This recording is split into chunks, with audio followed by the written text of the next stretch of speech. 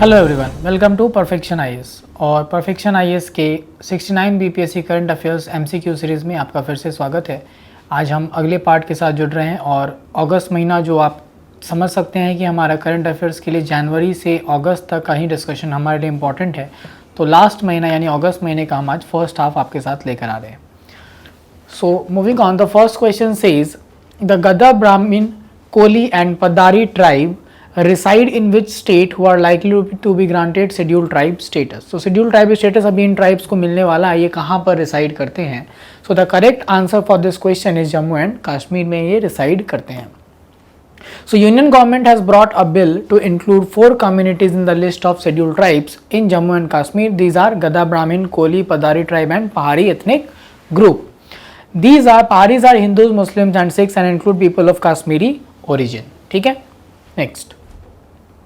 Recently, Bhutan and Timor-Leste have eliminated rubella. So, rubella is a disease which is caused by which of the following? So, it is a disease which is a viral infection, you can say, and it is a highly contagious viral disease that causes serious illness and irreversible birth defects in newborns of women infected during pregnancy.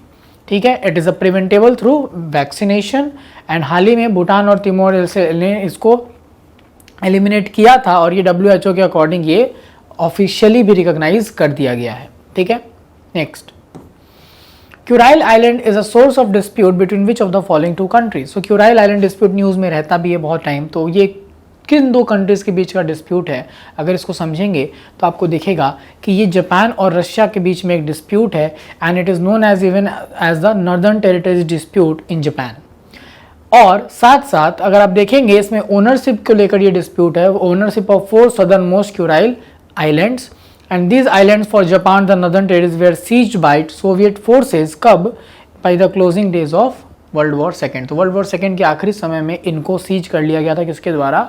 USSR उस time पे जो था उसके द्वारा। ठीक है, isolates like Iturup, Kunashir, Shikotan and Habomai are most closely related to which of the following sea. इनमें से किन सी से ये आइसोलेट जो है वो रिलेटेड है? अगर आप देखेंगे इस पर्टिकुलर क्वेश्चन में तो ओखोत्स्क सी जो है वो करेक्ट आंसर है और यहाँ पर आपको दिखेगा इतुरुप, उरुप।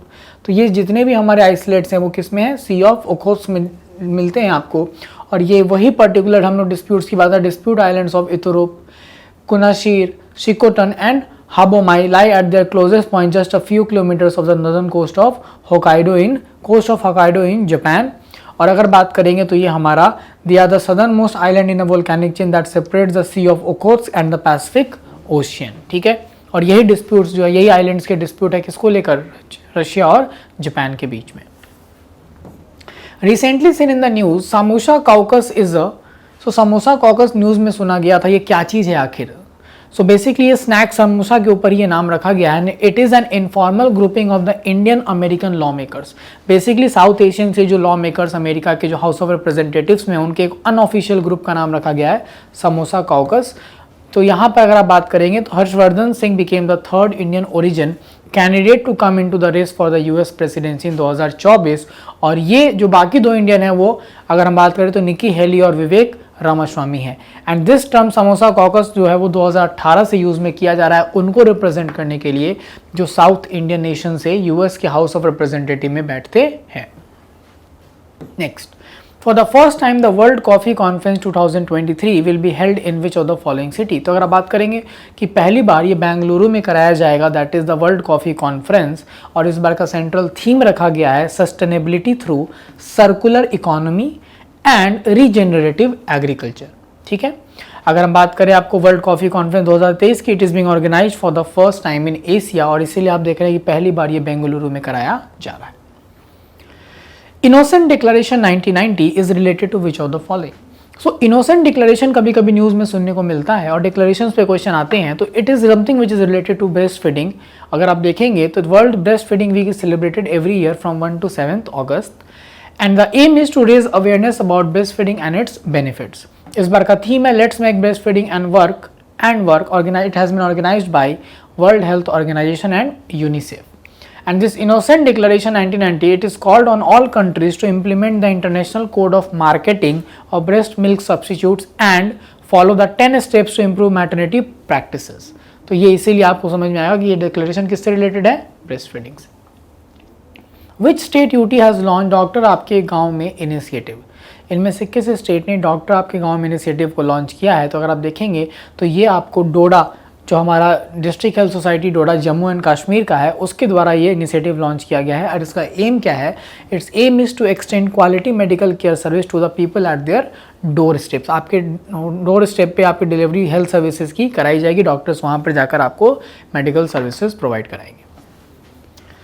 India's first hydrogen fuel related industries being set up in which state or UT? So the correct answer is Jharkhand has actually given nod to the nation's first hydrogen fuel related industry. The location shall be Jamshedpur in East Singhbhum district और capacity है लगभग 4000 hydrogen IC engine fuel और agnostic engine और 10,000 battery system का, and this has been developed by TCPL green energy solution private limited. तो Jharkhand is the correct answer. Which state has started the Pran Vayu Devta pension scheme? ये basically जिन भी particular plants का age 75 year से ऊपर है उसको प्रोटेक्शन के लिए कुछ पेंशन देने की अनाउंसमेंट जो है हरियाणा ने किया है, और इसमें 2500 रुपये पर ईयर दिया जाएगा for the maintenance of the trees that are age 75 years and above. ऐसा करने वाला हरियाणा पहला स्टेट बन गया है। Recently, 41st Lokmanya Tilak National Award was conferred to PM and PM donated the cash prize to which of the following project? So Lokmanya Tilak award का 41st version जो है उसमें अगर हम देखेंगे तो ये अवार्ड दिया गया है प्राइम मिनिस्टर को, और उन्होंने ये पैसे जो है कैश ये हाल ही में जो हम बात करेंगे तो नमामि गंगे प्रोजेक्ट के लिए डोनेट किया गया है। इसको किसको? नमामि गंगे प्रोजेक्ट को। So this award was constituted by Tilak Smarak Mandir trust in 1983 to honour the legacy of Lokmanya Tilak. Which book was written by Bal Gangadhar Tilak while in prison in Mandalay, Burma? Burma में जब जेल में बाल गंगाधर तिलक थे तो उनके द्वारा कौन सी किताब इसमें से लिखी गई थी?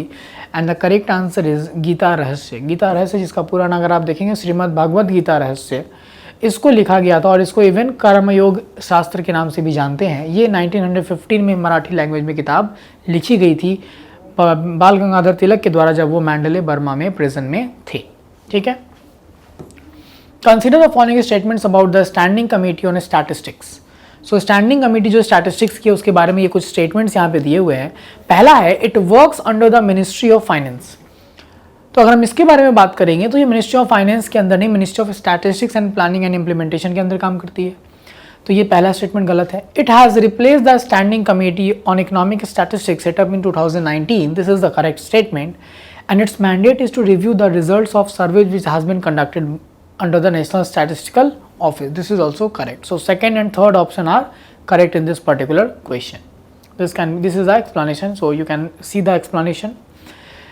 Now, Voyager mission aims to explore which of the following? तो Voyager mission की अगर बात करेंगे तो ये बेसिकली जो सोलर सिस्टम के बियॉन्ड एरियाज है उसको एक्सप्लोर करने के लिए हम लोग यूज़ करते हैं कौन सा? Voyager mission. और नासा ने इसी पर्टिकुलर मिशन के थ्रू अभी एक सिग्नल अपने वॉयेजर 2 स्पेसक्राफ्ट से डिटेक्ट किया है 1 अगस्त को after losing communication for over a week. And the mission objective of this Voyager interstellar mission is to extend the NASA exploration of the solar system beyond the neighbourhood of the outer planets to the outer limits of the sun's sphere of influence. That means कि आपको areas beyond the solar system के लिए ये Voyager mission को launch किया गया है। Deep tech includes which of the following? So deep technology sometimes in the news, इनमें से आखिर किससे डील कर रहा है? तो अगर आप देखेंगे तो इसमें बिग डेटा भी है। Big data is something the data which is being stored, और इस डेटा का यूज़ करना फिर फॉर यू कैन से डिज़ाइनिंग अदर पॉलिसीज़, और आप कह सकते हैं कि बहुत सारी अलग अलग चीज़ों के लिए इस डेटा को यूज़ किया जाता है, जैसे कि आपके it is based on your choices, it is based on your interest. तो उस बिग डेटा के लिए डीप टेक्नोलॉजी की बात की जा रही है, ब्लॉकचेन टेक्नोलॉजी के लिए इसकी बात की जाती है, रोबोटिक्स में भी इसकी बात की जा रही है, एंड वर्चुअल रियलिटी VR जो है उसके लिए भी बात की जाती है। सो अगर आप देखेंगे deep tech it includes all these things, that is AR VR, augmented reality, virtual reality, big data, nano technology, blockchain, quantum computing, robotics, advance material science, ये सब किसका पार्ट है? डीप टेक्नोलॉजी जो टर्म है उसका पार्ट है। ठीक है। Now consider following statements about digital infrastructure for knowledge sharing portal, Diksha portal. तो पहला है it is India's national educational technology platform. This is correct, ये इंडिया का एक नेशनल एजुकेशनल टेक्नोलॉजी प्लेटफॉर्म है Diksha. It is available in languages specified in 8th schedule to the constitution only. No, this is wrong, क्योंकि 8th schedule में 22 language है और इसमें languages जो है वो टोटल अगर आप देखेंगे तो 30 इसके अंदर आप देखेंगे तो इसमें 22 लैंग्वेजेस की बात सिर्फ नहीं की गई है, इसमें टोटल 36 लैंग्वेजेस हैं, इंडियन लैंग्वेजेस को रखा गया है। और तीसरा स्टेटमेंट अगर देखेंगे तो recently the ministry of education has selected Oracle cloud infrastructure to modernise Diksha. This is correct, Oracle cloud को ही रखा गया ताकि वो दीक्षा पोर्टल को मॉडर्नाइज कर सके। So the correct answer shall be 1 and 3 only. यहाँ पे आपको दिख जाएगा कि इन एजुकेशन ने अभी ओरेकल को सिलेक्ट किया है और दीक्षा इंडिया का नेशनल एजुकेशन टेक्नोलॉजी प्लेटफॉर्म है जिसके द्वारा 1.48 मिलियन स्कूल्स को across 35 states and UTs support किया जा रहा है और ये 36 इंडियन लैंग्वेज में अवेलेबल भी है। Which institute has developed a technology that can generate electricity from humid air. तो ह्यूमिड एयर से इलेक्ट्रिसिटी जनरेट करने वाला पहला इंस्टीट्यूट जो है वो टेक्नोलॉजी डेवलप करने वाला इंस्टीट्यूट जो है वो बना है यूनिवर्सिटी ऑफ मैसाचुसेट्स एमहर्स्ट। तो अगर आप देखेंगे इस पर्टिकुलर यूनिवर्सिटी ने एक टेक्नोलॉजी डेवलप की है and it can harness electricity from the air we breathe. So this is something which has been a remarkable achievement you can say by this university. और ये कैसे काम करेगा, तो a tiny device comprising 2 electrodes and a thin layer of material is filled with nanopores. और nanopores क्या करेंगे, उन वाटर मॉलिक्यूल्स को अलाउ करेंगे एयर से कि वो बिना डिवाइस के थ्रू वो पास कर सके। It will allow them to pass through the device and the molecules interact with the edges of the nanopores leading to a buildup of electric charge. और इसके कारण क्या होगा कि बिल्डअप हो जाएगा किस चीज़ का, इलेक्ट्रिक चार्ज का। Recently which state approve the water tourism and adventure sports policy 2023। तो वाटर टूरिज्म और एडवेंचर स्पोर्ट्स पॉलिसी की अगर बात करेंगे तो ये अभी हाल ही में उत्तर प्रदेश ने अप्रूव कर दिया है और इसके लिए जो पोटेंशियल साइट्स रखे गए हैं वो है hills in the Vindhya and Bundelkhand region and forest of Terai area. 10 साल तक इसके लिए वैलिडिटी रखी गई है and it shall be applicable to all inland, land based, air based water routes, dams, reservoir, lake, river, pond and all adventure activities on various water bodies. Recently, President inaugurated the Utkarsh and Unmesh festival in which of the following city. तो अगर आप इसकी बात करेंगे तो ये हाल ही में अभी भोपाल में कराया गया है 3 अगस्त को और ये संगीत नाटक एकेडमी के द्वारा ऑर्गेनाइज कराया गया, साथ साथ साहित्य एकेडमी जो किसके अंदर काम करती है, मिनिस्ट्री ऑफ कल्चर के अंदर। Unmesh Utsav is Asia's largest literary convention. Unmesh Utsav क्या है, लार्जेस्ट लिटरेरी कन्वेंशन की बात हम यहाँ पे करते हैं और लगभग 800 आर्टिस्ट 36 स्टेट्स और यूटी से इस पर्टिकुलर में परफॉर्म किए हैं with their folk and tribal arts. इसी कॉन्टेक्स्ट में आप देखेंगे अगला क्वेश्चन जो है कि ये बहुत सारे फोक आर्ट्स जो है यहाँ पर ऑर्गेनाइज कराए गए हैं, तो कौन सा फोक आर्ट किस पर्टिकुलर स्टेट में या यूटी में फॉलो किया जाता है या प्रैक्टिस किया जाता है। तो उस केस में यहाँ पे 3 दिए गए हैं, Jabro dance, yes this is Ladakh and Leh, Sindhi चाम सिक्किम एंड लवनी महाराष्ट्र, ये तीनों ही सही है। और आपके पास ये पूरा लिस्ट है जहाँ पर फोक आर्ट और स्टेट्स का एक मैचिंग दिया हुआ है, ठीक है। जैसे झिझिया की बात करें तो बिहार में ये कॉमन है जो आपको दिखता है नवरात्रि के समय में खासकर। तो ये आपको फोक डांस और उसके स्टेट्स, इस लिस्ट को आपको अच्छे से याद कर लेना है। Asia's highest altitude land art exhibition title सा was held at where, which are the following places. तो अगर आप इसकी बात करेंगे तो लद्दाख के अंदर इसको कराया गया है इन द डिस्को वैली और ये एशिया का highest altitude land exhibition art जो है वो कराया गया है। इसका टाइटल नाम जो था वो सा रखा गया था। सा का मतलब होता है सॉइल इन लद्दाखी लैंग्वेज, ठीक है। Recently which country has installed the world's largest wind turbine. तो लार्जेस्ट विंड टर्बाइन जो है वो चाइना के द्वारा उसके ईस्ट कोस्ट पे जो है वो लॉन्च किया गया है। और अगर बात करें तो it single revolution of the blades will feed 34.2 kilowatt hours of energy, that's his huge energy you can से। And in a year the turbine can generate 66 gigawatt hours of carbon free electricity.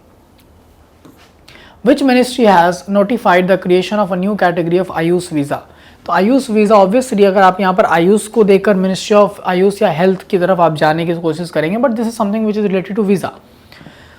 तो जो भी आयुष के अंदर जो हमारा आयुर्वेदा है, योगा है, यूनानी है, सिद्धि है और होम्योपैथी है, इस तरह की हेल्थ सर्विसेज के लिए कोई अगर आकर यहाँ पर वीज़ा लेना चाहता है तो उसके लिए होम मिनिस्ट्री ने अभी क्या किया है, एक नया कैटेगरी ऐड किया, that is known as Ayush visa. तो आपको ये समझ में आ जाएगा। So this provides benefit for the foreign national for treatment under Ayush system of or Indian system of medicine, ठीक है।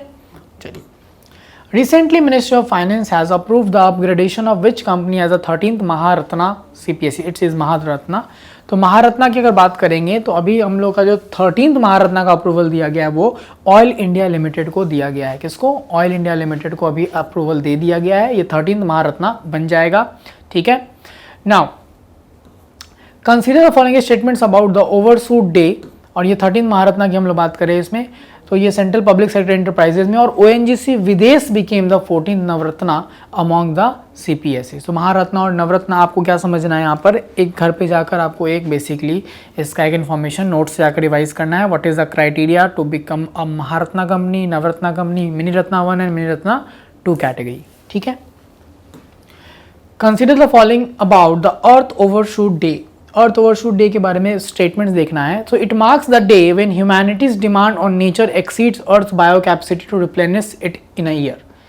ये बिल्कुल सही स्टेटमेंट है। ये उस दिन के लिए को मार्क करने के लिए बनाया जाता है कि जिस दिन अर्थ को जो अपने आप को रिप्लेनिश करने की जो बायो कैपेसिटी है उससे ज़्यादा डिमांड ह्यूमैनिटी का बढ़ जाता है।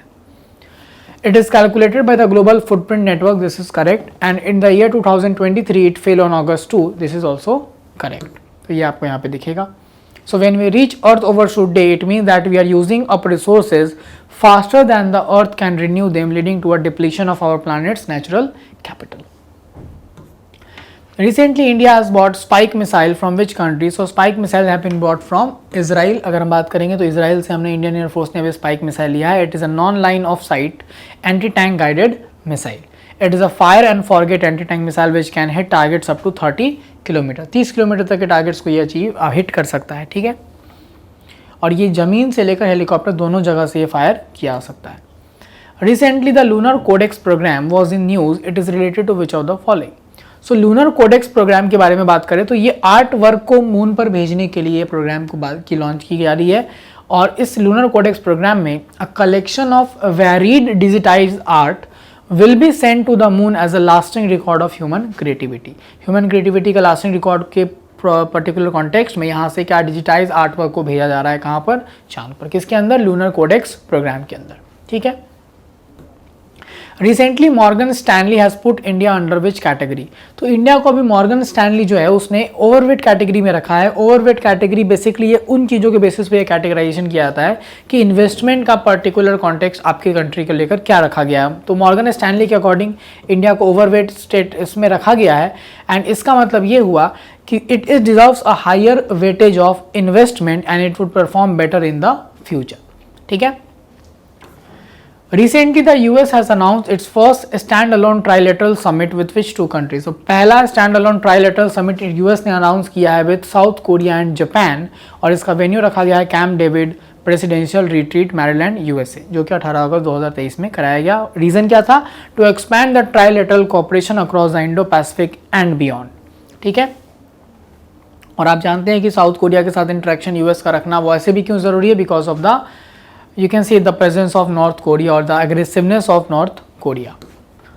Which of the following has launched the मासी portal for monitoring of child care institution? तो मासी पोर्टल की अगर बात करेंगे तो ministry of women child development के अंदर जो national commission for protection of child rights है उसने एक एप्लीकेशन डेवलप किया जिसका नाम है मासी। मासी स्टैंड्स फॉर, अगर हम बात करेंगे, monitoring app for seamless inspection. And the purpose is to for real time monitoring of the child care institution. ठीक है, next recently seen in the news Dhruv Shastra is अ, सो अगर हम बात करेंगे ध्रुवास्त्र के बारे में तो it is an anti tank missile. अगर आपको दिखेगा कि ये इंडिया ने सक्सेसफुली कंक्लूड किया है ट्रायल्स किसका? Anti tank guided missile Helina और साथ ही साथ ध्रुवास्त्र। हेलिना जो नैग मिसाइल की हम बात करते हैं, it is a helicopter launch anti tank guided missile, और ध्रुवास्त्र जो है वो इसी हेलिना का वेपन सिस्टम का एक वेरिएंट है। ठीक है, as per 75 endemic birds of India report, how many birds are endemic to India? So endemic birds of India का जो 75th रिपोर्ट आया उसके अकॉर्डिंग इंडिया के अंदर बहुत सारे स्पीसीज मिल रहे हैं, लेकिन जो एंडेमिक है इंडिया में these are only 70-80 number. So India लगभग 1353 बर्ड स्पीसीज का होम है, लेकिन out of these only 78 that is 5% are found only in India. ठीक है, और उसमें भी हाईएस्ट एंडेमिक बर्ड्स इंडिया में आपको वेस्टर्न घाट्स में दिखते हैं जहाँ पर 28 इसका टोटल नंबर है। What is the theme of National Handloom Day 2023? So Handlooms for Sustainable Fashion is the theme for Handloom Day 2023 और ये अगस्त 7 को सेलिब्रेट किया गया. It recognizes India's rich handloom legacy and the efforts of the community of weavers engaged in this particular sector. ठीक है. Now CM Nitish Kumar inaugurated the second Bihar Museum Biennial on which of the following date? So on 7th August Bihar museum का second बायनल celebrate किया गया पटना में और इसमें लगभग 20 country के आर्टिस्ट जो थे जो कि G20 इनिशिएटिव के अंदर थे वो भी यहाँ पर पार्टिसिपेट किए. And the exhibition together we art showcase the artworks of 19 artist from these G20 countries. To whom has the Geneva School of Diplomacy conferred an honorary doctorate? So Geneva School of Diplomacy ने ये honorary doctorate जो है वो senior Congress leader Shashi Tharoor को दिया है.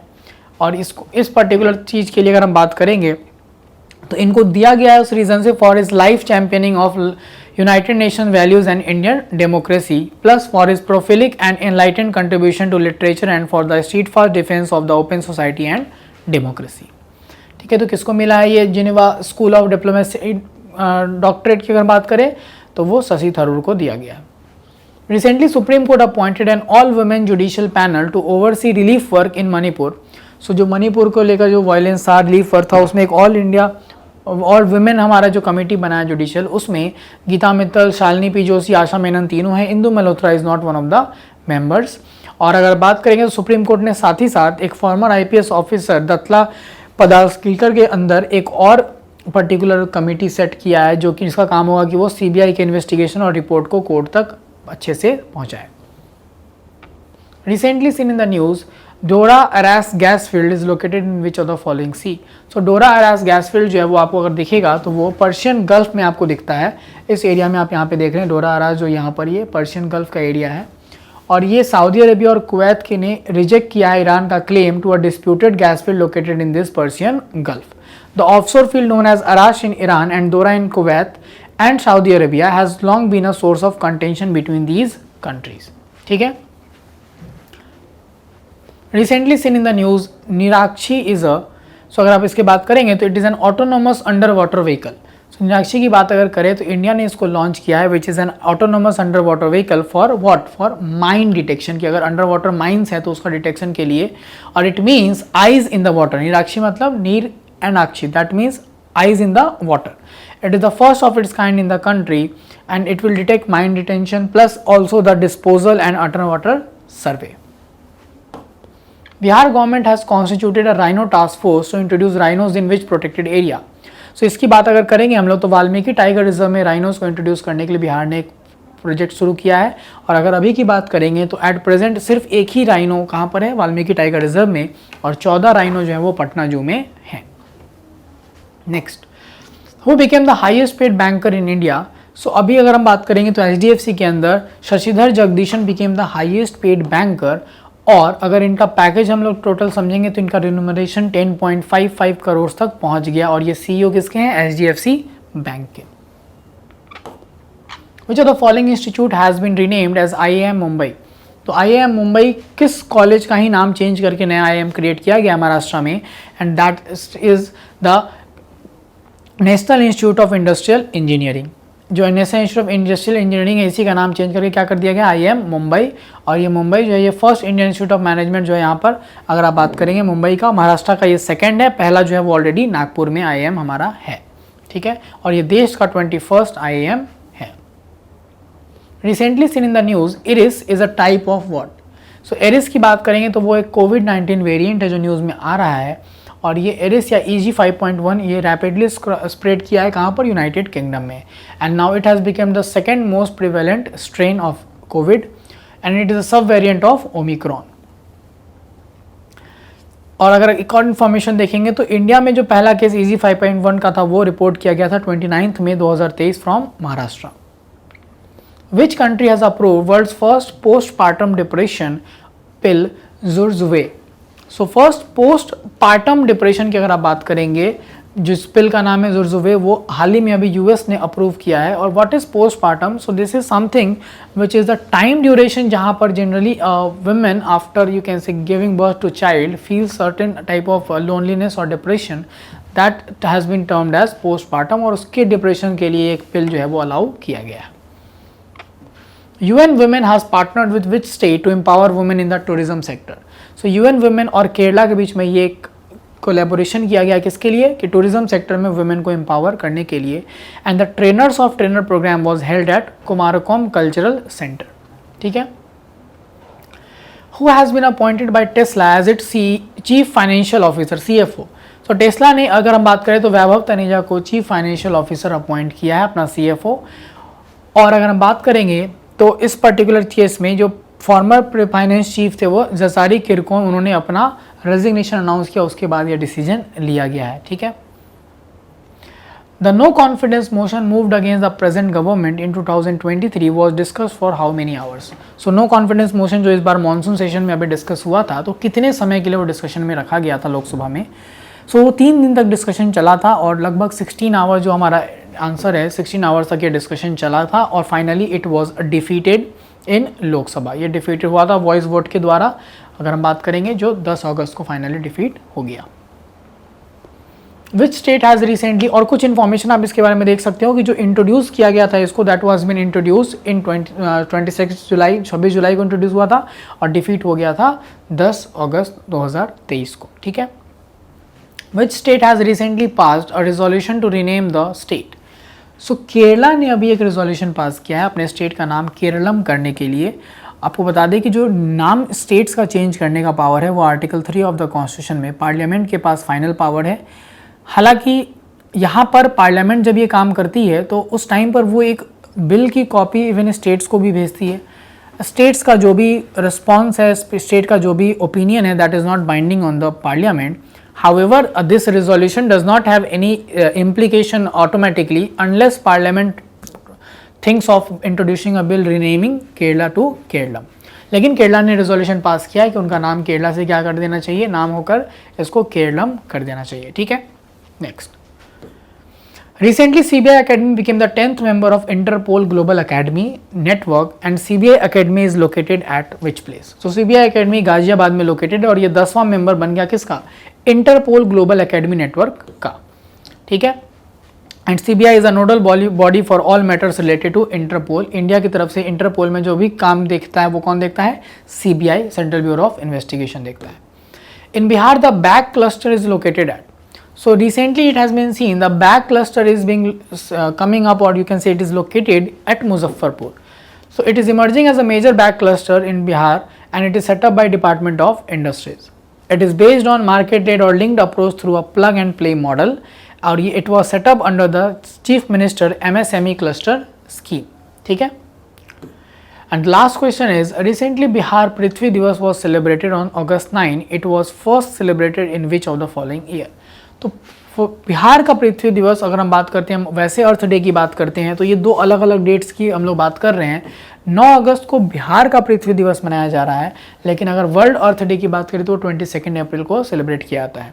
ये start किया गया था 9 अगस्त 2011 को, नीतीश कुमार के नेतृत्व में इसको स्टार्ट किया गया था और इसके दौरान लोगों को कहा गया था कि वो पूरे स्टेट के अंदर सैपलिंग्स को क्या करे, प्लांट करे। ठीक है। So this was the discussion from August first half. I hope you got all the particular questions. अगर कोई डाउट है तो आप टेलीग्राम पे भी मैसेज कर सकते हैं और कमेंट सेक्शन में भी जा सकते हैं। Now the last section of current affairs shall be covered in the next class, that will be the second half MCQs of August month. इसके बाद एक वीडियो और आएगा, that will be covering the economic survey, budget and census questions. तो I hope you are following and revising all the video lectures. आप इस particular video के नीचे आपको जितने भी अभी तक प्लान लेक्चर्स हुए हैं हमारे करंट अफेयर सीरीज़ का, उसका एक लिंक भी आपको डिस्क्रिप्शन में मिल जाएगा। आप उस लिंक से पहले क्लास से लेकर अभी तक का सारा वीडियो को रिवाइज कर सकते हैं। Thank you so much.